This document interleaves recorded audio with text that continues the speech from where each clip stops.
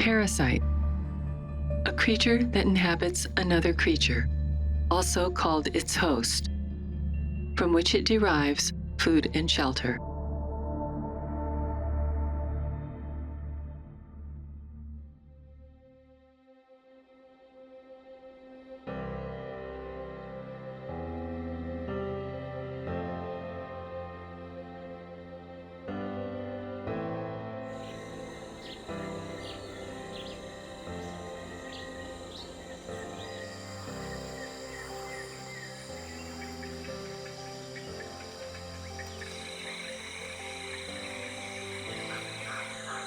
Long ago, in an unknown place, when creatures were beginning to explore and discover and connect, there was a rat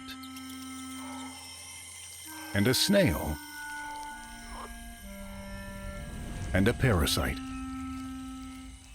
No one knows how it happened, but somehow their lives intertwined in a strange and fateful way. Then humans wandered in, and some of them got very, very sick. Today, more than ever, they're still falling ill. When I got sick with rat lung, I was in Kapoho, Hawaii. I would surf and I would skateboard every day. And then I started getting sick. When I got taken to the hospital, they thought it was a flu and they sent me home. That has allowed the worms, the parasites, to continue migrating through my body. I don't think they had made it to my brain by that time. Suddenly, I was in what I would call the acute phase of the illness, where I had so much pain in my body. I couldn't wear clothes. I couldn't tolerate sunlight on my skin. I couldn't tolerate wind. Nothing could touch me. As that week went on, he progressively got much weaker. He wasn't crying, he wasn't talking. The only thing that he could do was move his head back and forth and open and close his eyes. I have never imagined that I will get this disease.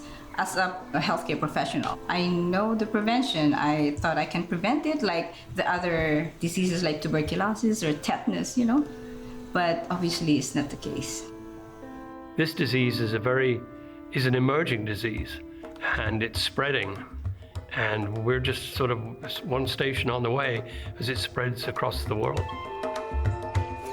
Give us the next hour, and we'll tell you about an exotic tropical parasite now in Asia, Africa, South America, and beyond, that sometimes causes lifelong neurologic damage, even death. Today, it could be closer than you think. Accidental Host, the story of rat lungworm disease.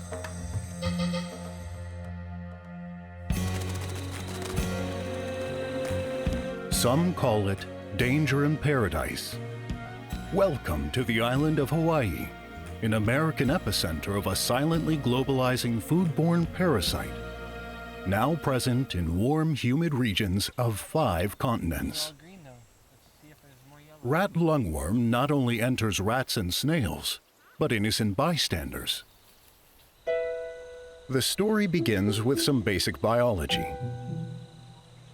Most of the time, the parasite cycles between rats and snails, its natural hosts. In rats, the adult worms live in pulmonary arteries where the parasites mate. After offspring hatch, rats eventually pass droppings that can harbor thousands of invisible larvae. Snails and slugs eat those larvae-laden droppings. Other rats get infected by eating those snails and slugs. Humans become accidental hosts when they, too, consume larvae living in mollusks or other contaminated foods. What happens next can vary from insignificant to devastating. parasite doesn't want to be in us. We're not going to complete that parasite's life cycle. But the consequence of just interacting with that biologic ballet between the rat, the parasite, and the snails and slugs can be a significant aspect for disease in an individual. Some parents in Hawaii are already on high alert. We did have a kind of close call once. Kingston put one of the empty shells into his mouth, and that really scared us. Fortunately, nothing happened. We gotta just keep up on it and always be looking, because everything goes in the mouth. What may happen with children is about the age that a child starts to crawl, they pick up almost anything they can find. Possibly they just get stuff on their hands, but more likely they probably eat them. Noah was in teething season. He had a fever one day. I treated it with Tylenol. Fever went away. But as that week went on, Monday, Tuesday, Wednesday, he progressively got weaker to the point that he wasn't moving at all. So Thursday morning, we took him to his regular doctor and she sent us straight over to the hospital. By that night, we were medevaced here. By the time he came in the hospital, he had weakness in his legs, much more than his arms. But he had generalized weakness as well, difficulty in holding up his head. He had a swollen bladder, and that evening, he became totally unable to breathe. So as an emergency, a tube was placed in his trachea, and he was put on a ventilator. So he stayed in the hospital from mid-November until just before New Year's. Had his first birthday at a time when he was completely paralyzed in our intensive care unit. So when Noah first came in, his imaging was remarkably normal. You can see his spinal cord here. Follow-up scan showed some widening of the cord here and brighter signal in the cord, which is all suspicious for edema or transverse myelitis. And here in his brainstem, we see these little regions of dark signal, which look like blood products or little hemorrhagic tracts of the worms actually traveling through the brain.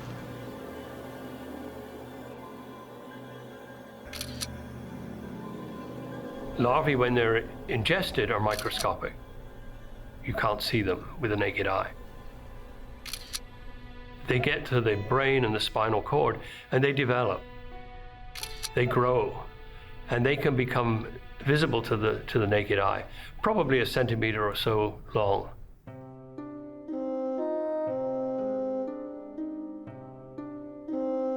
Angiostrongylus cantonensis is the formal name of the worm that traveled to Noah's brain.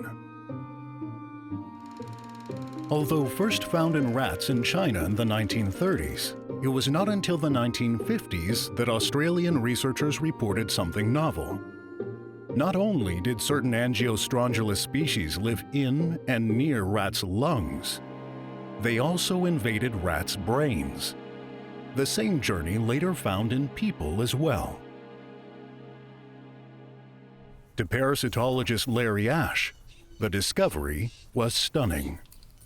I cannot give them enough credit for having found this very weird life cycle involving mollusks and a migration in the rodent host through the brain. That is the beginning of it. In humans, confirming the same migration was not as simple.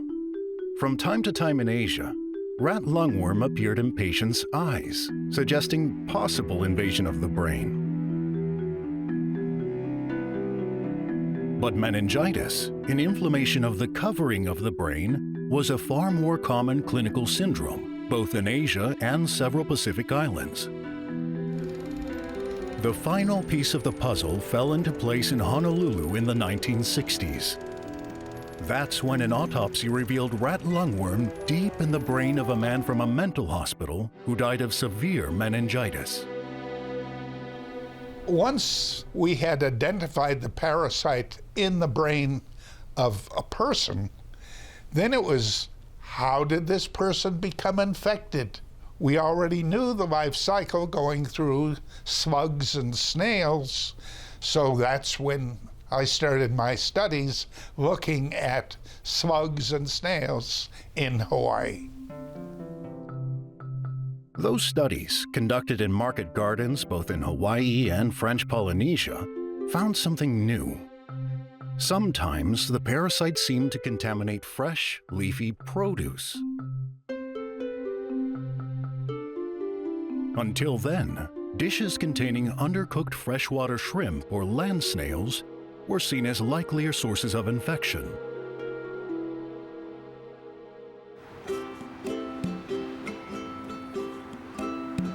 On a recent trip to the Big Island, Larry Ash went hunting for snails at a farm outside Hilo with a group that included biologist Robert Cowie. Oh, look it. There's a bunch of them right there. All right. Wow. Oh, yes.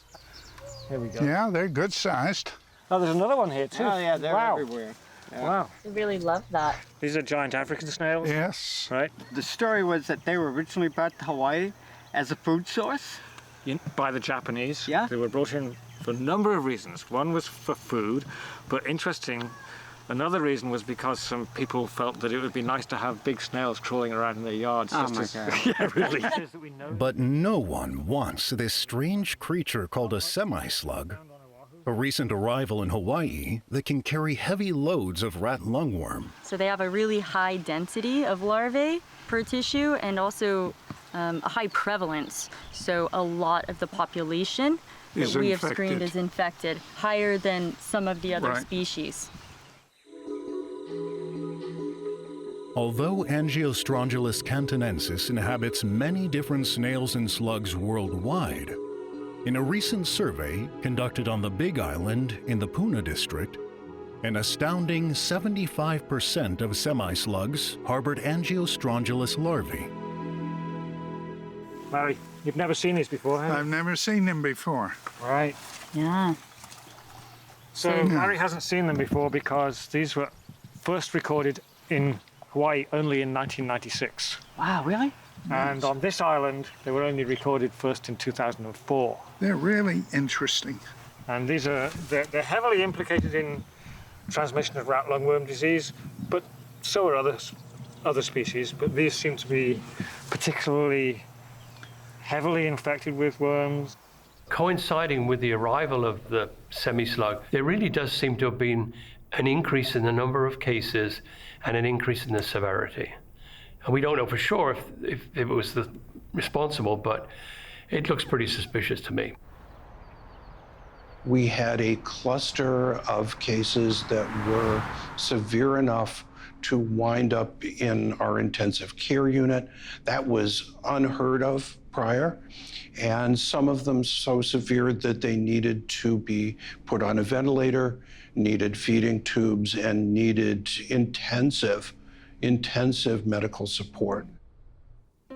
When I got sick with rat lung, I had slugs everywhere. It's called the semi-slug, so I was aware of them.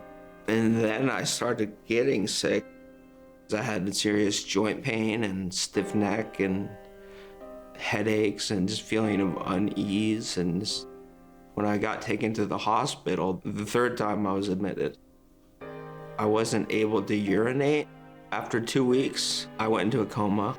I was in the hospital for 4.5 months. It was a long haul. He got a lot of hospital-acquired infections. He had pneumonia, C. difficile, MRSA. We had a lot of bad news. He had hydrocephalus. You know, it got very depressing. Went into a coma on the 12th of January, and the first words he spoke, it was right around the beginning of April. I literally did not go home until he was released from the hospital. These are my glasses. Mom says they're too interesting. The worms nibble on stuff. I think my optical nerve was what was affected, and my left eye turned in, giving me double vision.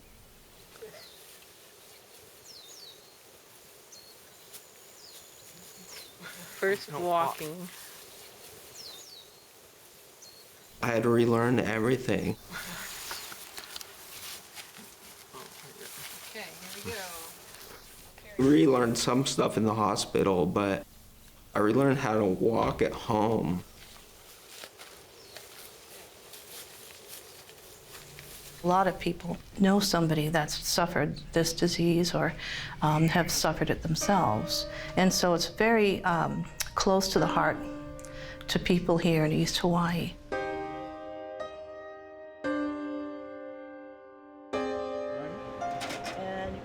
Dr. Sue Jarvie heads a team of rat lungworm researchers at the University of Hawaii's School of Pharmacy in Hilo. She's also a strong advocate for patients in her community. It's a horrendous disease. It's a game changer.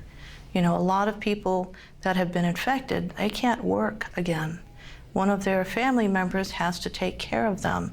So not only is it mentally and physically devastating, it's also financially. You know, a lot of these people, their financial situation is ruined because of this disease.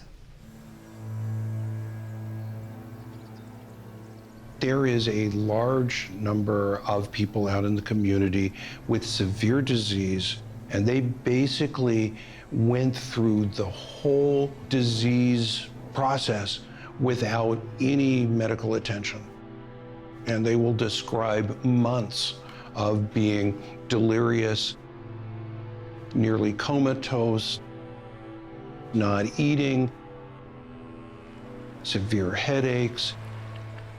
So there's a group out there that never received medical attention. But even people who quickly seek care often struggle to get the correct diagnosis. People like Esperanza Hilton, who's been a nurse for 25 years. I started having headaches, and I am not a headache person. So a week passed by, I'm taking Tylenol, and it's not improving. Then even though I really don't want to go to ER, I know my body. So when I went to ER, same diagnosis. They said it's a stress headache. You can go home, I'll give you narcotics. I said, no, it's not. What do you want us to do? That's what I said, spinal tap, or just, what about giving me steroids, you know, or anti-helmintics? So they finally admitted me. SB's story is very typical. It is quite common for patients with rat lungworm disease to go to urgent care or the emergency department 2 or 3 times before they're taken seriously enough that somebody will do the spinal tap. This petite little lady is one of the toughest people I know. And then to see her just in such severe pain where her head is just killing her, she can't keep her eyes open, she's like hiding from the light, hiding under the covers. It's really hard to put words to how disturbing it is. After 3 months, I felt like I'm 90% of myself. And then another month passed by, 95, 98%. And I'm back to the bedside care and taking care of the patients in the intensive care unit.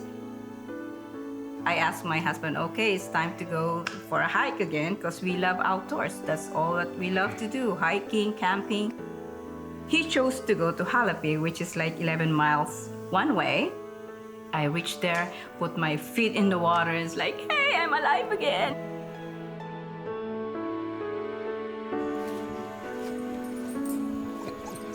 Espy isn't sure how she got infected, but experts have a pretty good idea.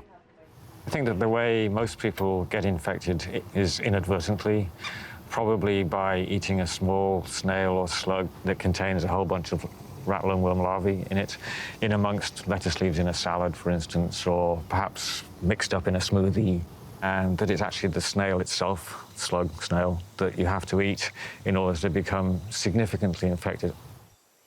Semi-slugs pose a special challenge because they readily enter human habitats, from kitchen gardens to household trash, even your front porch.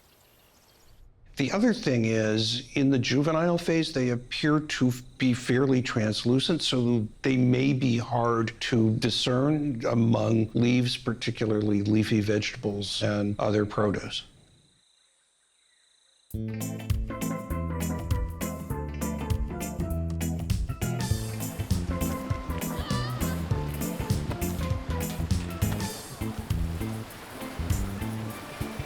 Produce was a clear-cut culprit in the year 2000 when a large shared salad served to tourists in Jamaica caused a landmark outbreak of rat lungworm disease.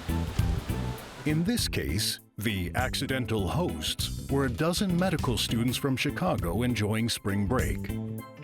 I remember being excited to hang out with my friends. We had had this plan to go to Jamaica. It was a big group of us, so it was going to be sort of exciting. We did everything from sightseeing, exploring, we went horseback riding. So we decided to cap off a week-long adventure with going to a really nice restaurant. They did this whole tableside presentation of the Caesar salad, and there was nothing to indicate that the Caesar salad was contaminated in any way. So I remember very clearly that meal that we had, because I know that that's what got me sick. One of my friends who had been on the trip started having neck pain and meningitis-like symptoms. I didn't connect it at all to our trip because it had been 3 or 4 weeks since we had gotten back. It was a Saturday, and Monday morning I was waking up getting ready to go to class, and I remember that my neck hurt and the lights hurt my eyes, and I had some numbness and tingling in my arms. And I thought, oh no, I have meningitis. Word came from the triage nurse that there were several people who were Northwestern early medical students who had just come back from Jamaica, and all were manifesting the same symptom: headache, neck stiffness, fever. The clinical picture spelled meningitis. Lumbar punctures were performed and preliminary tests run. Then came the bombshell: eosinophils, unusual pink cells in the student's fluid that pointed not to a virus or a bacterium, but a parasite. I was absolutely flabbergasted because there were eosinophils present in the spinal fluid. This is something I had never seen before. I had never heard of it before. Once CDC investigators ran additional tests, the New England Journal of Medicine published a full report. In brief, 12 travelers who ate the Caesar salad developed rat lungworm meningitis in the month following their final meal in Jamaica. 7 others who didn't stayed well. Julia Grabowski, the most severely affected traveler, suffered racking headaches requiring multiple lumbar punctures. I was in the hospital for 20 days, and during that time, I had probably between 7 and 10 spinal taps in the hospital, and then I was having them after I was discharged as well. The spinal tap actually felt good. I had very high intrathecal pressure, so it felt nice to have it relieved. When it was confirmed to me that I had Andrews strongylus cantonensis, I think it was surreal and disbelief at the same time. I knew that that's what it was, but then I was thinking to myself, why me? How does this even happen? When I saw this patient, I was completely clueless about the life cycle and the natural history of the organism. This was completely undiscovered country for me at that time. The fact that parasites are actually migrating through your body is creepy.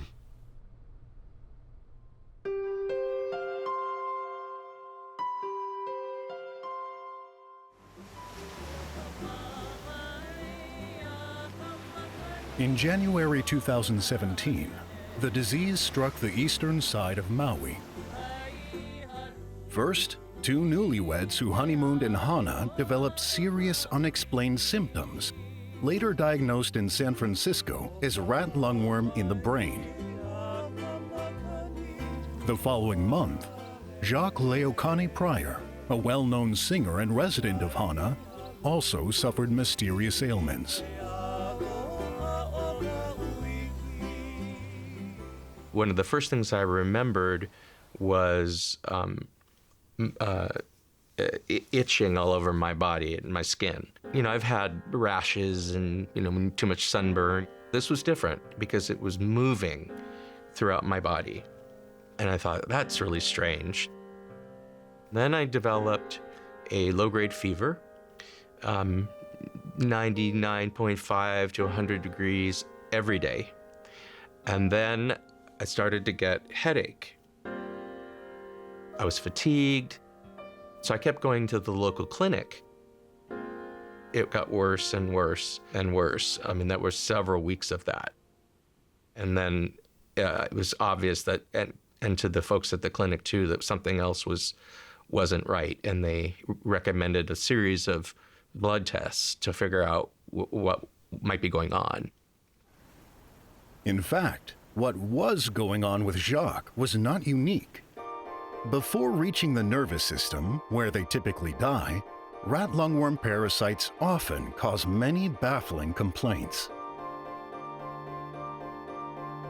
It's a difficult disease to diagnose.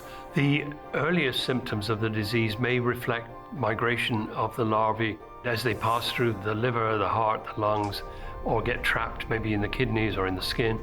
So it would be almost impossible to diagnose the disease based on things like, some abdominal pain, some respiratory symptoms, some nausea, some vomiting, maybe some diarrhea, then maybe a skin rash. So it's really hard for physicians, busy physician, to be thinking right up front, this could be rat lungworm disease. But then when the parasites make it to the brain, that's when the symptoms reflecting involvement of the central nervous system become apparent.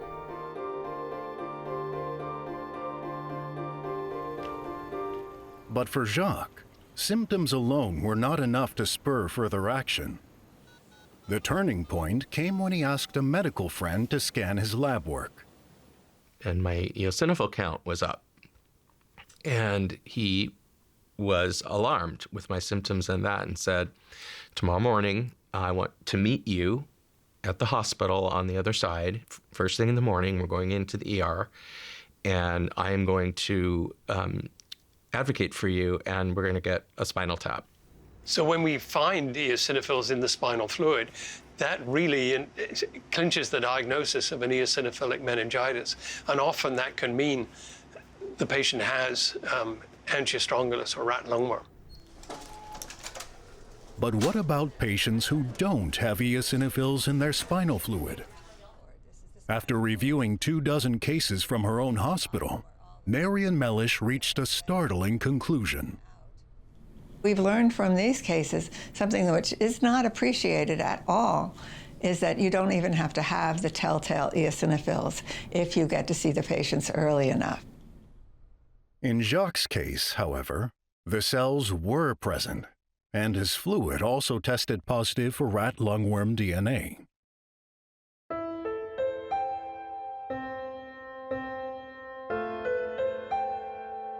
The next question was treatment. High-dose steroids, which suppress inflammation, have long been the traditional mainstay.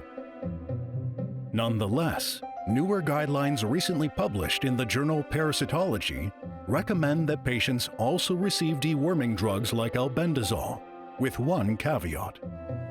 We think as soon as there's a reasonable suspicion of the disease, patients should be started on treatment. And evidence about the value of corticosteroids is pretty good. If you're going to use a drug like albendazole, you have to give it as early as possible. It's the young larvae that are killed by this drug. Once they get older, then it doesn't work as well.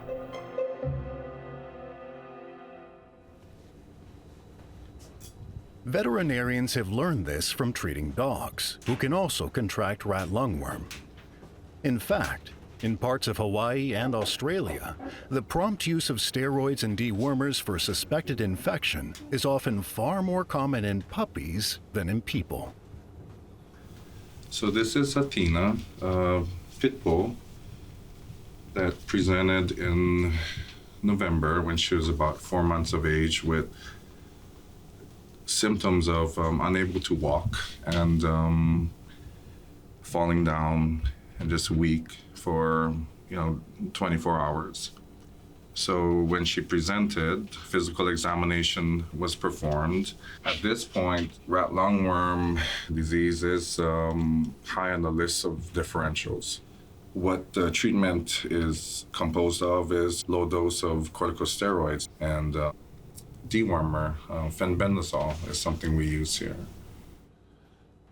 Veterinarian Alfred Mina has also observed that dogs regularly treated for heartworm, a different migrating parasite, rarely get angiostrongyliosis. Unlike this one's a normal. Hey, girl. Does this mean that preventative treatment should also be given to people? Experts are torn, but not Hilo resident Shonda Rodriguez. In January 2020, after buying a lettuce and avocado sandwich and biting into an infected semi-slug that actually stuck to her teeth, she actively sought albendazole and never fell ill.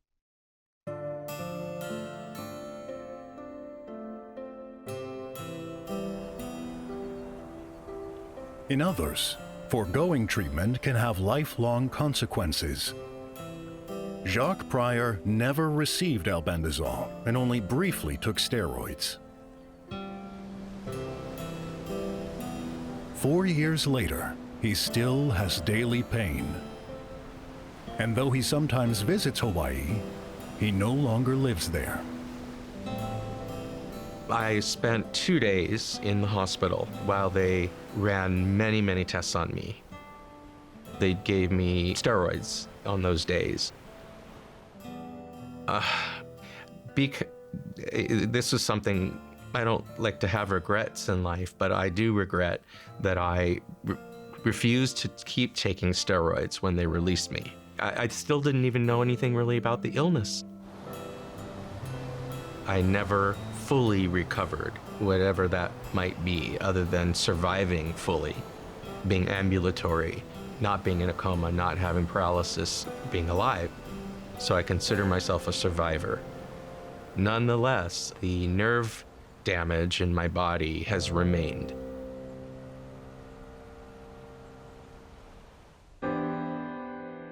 For Noah Balukan, who spent his first Christmas in an ICU, the acute illness was even scarier.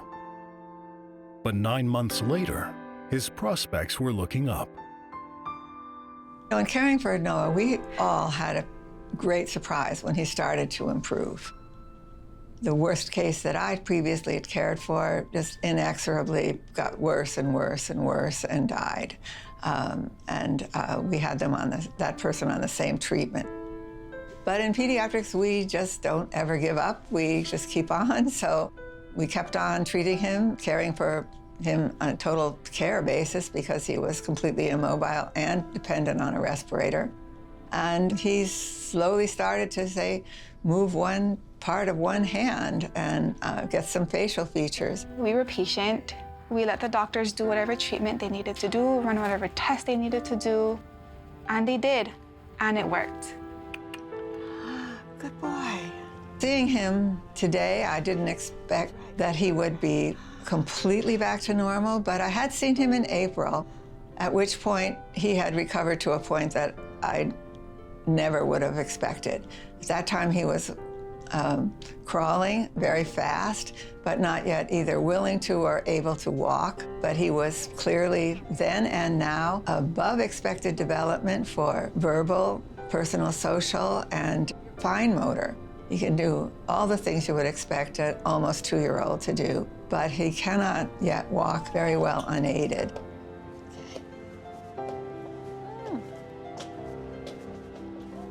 In Hawaii, whether it's invading an innocent toddler like Noah, a beloved spouse, honeymooning tourists, or a puppy, Rat Lungworm doesn't play favorites. But who and where will the parasite strike next? And can wildlife offer an early warning? It's known that rat lungworm can infect a whole bunch of different animals worldwide. Primates, chimpanzees, orangutans, gibbons, monkeys of various kinds have been infected. There are birds that have been infected. There's all sorts of ramifications of having this parasite, you know, in and around us.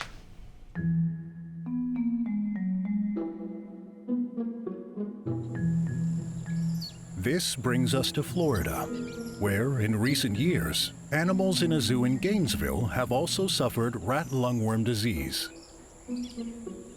The first animal to show anything was one of our lemurs, and we were perplexed, like, had no idea. And of course, meningitis, those sorts of things came up, and it was really scary. We actually thought we were going to lose that animal, and with our veterinarians at the University of Florida, particularly Dr. Wellahan, they were able to determine what it was. A decade earlier, however, a gibbon in Miami and a privately owned orangutan died of rat lungworm. When I first met the orangutan, she had been referred up from southern Florida. She was still young. She was an adolescent female. She was very sweet, and she couldn't stand. And because she was neurologic, we did a spinal tap. When it came back full of eosinophils, we were immediately concerned about a parasitic disease. You guys did a necropsy and found the worms in the brainstem, right? And so then we actually went down to the compound where she was being housed and collected snails, and we also collected rat feces. We found it in pretty much everything that we sampled. The whole life cycle was right there where she lived. Dr. Heather Walden is a leading researcher who has already found Angiostrongylus in 1 in 5 rats and 1 in 50 snails in a survey she conducted in Florida. Welcome to my lab. It's so great to have you here finally. Oh, it's great to be here. Thanks for having me. So I wanted to show you some of the things that we have been able to collect in the state of Florida. Yeah, these tiny babies are the kinds of snails that we think may be implicated in the transmission of rat lungworm to humans, because a very small baby like that, very, with a very lot tiny of parasites in it, in a heavily infected snail in the tens of thousands of larvae. Walden's work will not end soon. Having followed infections in Hawaii, she fears they could someday also plague the entire southeastern United States. And so do others, including Dr. Stephen Ostroff, a longtime food safety expert at both the CDC and the U.S. Food and Drug Administration. So the circumstances in Hawaii aren't necessarily unique to Hawaii. We know that this parasite is present in other parts of the United States, but given the right circumstances and the opportunity to introduce another vector, which may be what we refer to as more competent than the ones that are presently there, it can happen there too. And as the ecology of places change, interactions with different peoples, the world becoming a smaller place, and the sharing of foods, and unfortunately some of the pathogens, we can sort of probably expect to see some of these geographically distinct infections popping up in different places of the world. Parasites are not going away.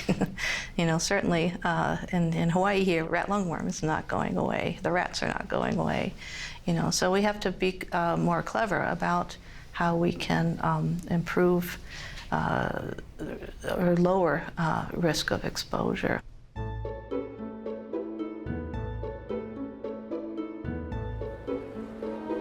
In Hawaii and other places where Angiostrongylus thrives, that means reaching everyone, from farmers to food sellers, even 8-year-old kids.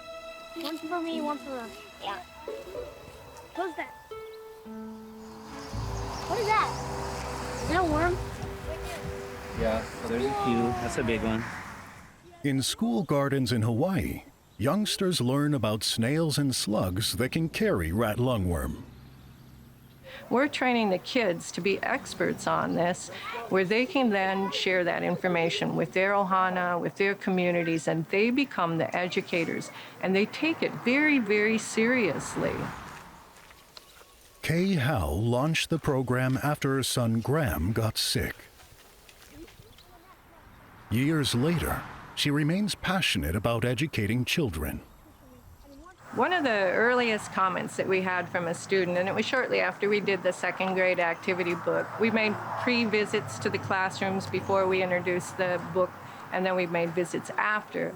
And one little second grader came up to me and she said, you know, I tell my little brother and sister not to touch those slugs and snails now. When she told me that, I was like, this is working. Nothing.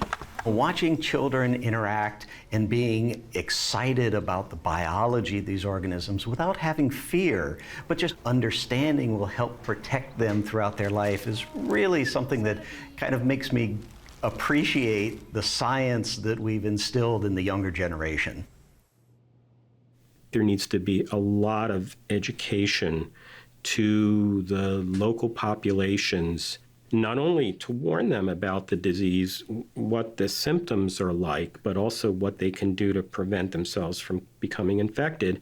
When we think about highest risk of crops that carry rat lungworm, I also like to think of not so much that these crops are risky, but that our behaviors are sometimes risky. Dr. Luisa Castro has spent years teaching about agricultural safety, everywhere from scientific meetings and public forums to farmers' markets. There's a huge growth of farmers market in our state. Of course, everybody in every island has their specialty, and they'd like to have this opportunity to showcase their produce and their farms to our visitors and our kama'aina, our locals. What we have to make sure is that at these farmers markets that we also are taking advantage of educating at that point, because there's people who, think that it's already safe, that, the product has been cleaned and washed, and that all they have to do is take it home and put it in their blenders and that they can just eat it and no problem. And so this is a great opportunity at farmers markets to also educate our buyers, our vendors, market managers, everyone about the challenges with the rat lungworm. Steve Ostroff, who recently met with Hawaiian farmers, also warns that government regulations are not without loopholes. Any grower that grows and markets less than $25,000 worth of produce annually is exempt from having to do any of the things that the Food Safety Modernization Act, or FSMA, calls for. In addition to that, if more than 50% of your total sales are directly to consumers or directly to commercial establishments, mostly restaurants, those farmers don't have to do most of the things that FSMA calls for, as long as their total sales are less than $500,000 a year. Those loopholes also highlight why local restaurants and residents need to stay vigilant. We started this protocol about 10 years ago. For Casey Halpern, executive chef at Cafe Pesto in Hilo, working closely with growers and meticulous washing are key. Definitely been a big concern for me, because as a chef, I want to support farmers, and to think that people might not be having lettuce because of concerns, it really hurts. Goes into the second bath. Over the years, we've had to make adjustments to the way we do things, and one of the big adjustments was how we handle our lettuces. By picking it up out of the water, we're leaving behind things. It takes about an hour to wash the lettuce versus 15 minutes the old way. It's been an ongoing experience, but we're always going to put that safety as a #1 priority. For myself and my family, how we would protect ourselves against something like rat lungworm is, again, sort of listening to what my grandmother had told me back before. Wash it, cook it, be safe. Before I got sick, we always have a daily salad on our table, but after that incident, no more.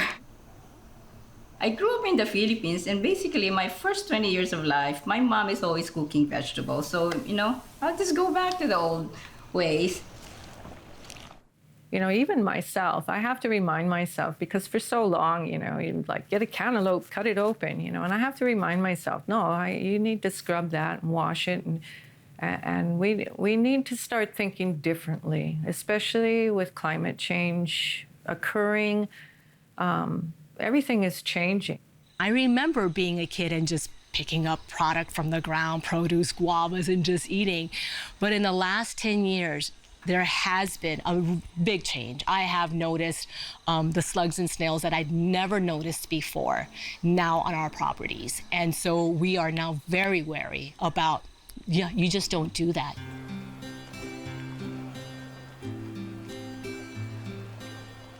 That's good advice for tourists as well. Every year, Hawaii welcomes millions of them.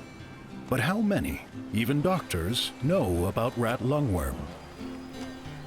I literally had no clue that this is a problem in Hawaii. In fact, I had just been to Hawaii and I was completely oblivious to this idea that, my gosh, this disease is present in paradise. You have this massive tourism industry in the islands, and we know that some of the cases have occurred in visitors. And so more needs to be done, even though you don't want to do something that would scare away tourists from coming to Hawaii, but they ought to know about health risks that they could be exposed to in the islands. Do any of you know how Dr. Kenton Kramer, a professor of tropical medicine, couldn't agree more. Kramer currently heads the governor of Hawaii's statewide task force on rat lungworm. Aloha, everyone.